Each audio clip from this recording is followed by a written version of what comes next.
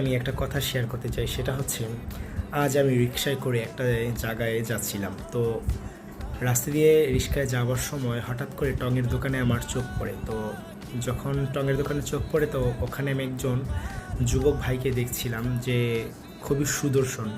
সুদর্শন বলতে আমরা যা বুঝি ঠিক সেটাই। ওই ভাইটা একদম অনেক সুন্দর। সে উঁচা লম্বা, তারপর তার চেহারার ফেস কাটিং, গায়ের চামড়া, রং ফর্সা, একদম মানে সুদর্শন বলতে যাবো যে একদম পরিপূর্ণটা সে আছে। বাট যখন দেখলাম সে চায়ের কাপের সাথে তার আঙ্গুলের চিপায় একটা সিগারেট, তখন না খুবই দুঃখ লাগলো বা খারাপ লাগলো যে এত সুন্দর একজন মানুষ কীভাবে স্মোকিং করে, বা তার থেকে তো এটা আশা করিনি।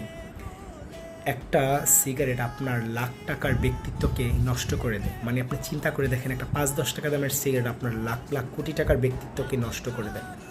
একজন সুন্দর মানুষকে দেখলে বা সুদর্শন মানুষকে দেখলে সাধারণ মানুষ কিন্তু তার থেকে শিখতে চায়, মানে সবাই তার মতো হতে চায়।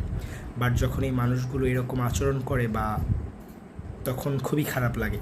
ভাইটাকে দেখে না আমার খুবই ভালো লেগেছিল, বাট যখন দেখলাম তার হাতের বা আঙ্গুলের চিপায় একটা সিগারেট, তখন আমার মনটা ভেঙে যায় বা খুবই খারাপ লাগলো যে এত সুন্দর মানুষ মানে মানে একটা সিগারেট খাচ্ছে। দেখতেও তো বিষয়টা একটা মানে সৌন্দর্যের মাঝে অসুন্দর হয়ে গেল বিষয়টা।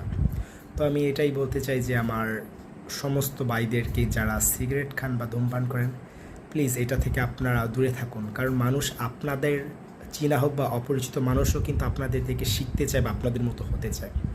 এই ধূমপানটা যারা করেন, এটার প্যাকেটের গায়েও কিন্তু লেখা আছে এটা স্বাস্থ্যের জন্য খুবই ক্ষতিকর, তাই না? তাই নিজেও ভালো থাকুন, অপরকেও ভালো থাকতে দিন, পরিবেশকে ভালো রাখুন। ধন্যবাদ। আসসালামু আলাইকুম। যদি কথাগুলো ভালো লেগে থাকে অবশ্যই লাইক, কমেন্ট, শেয়ার করবেন, আমার পাশে থাকবেন। ধন্যবাদ। আসসালামু আলাইকুম।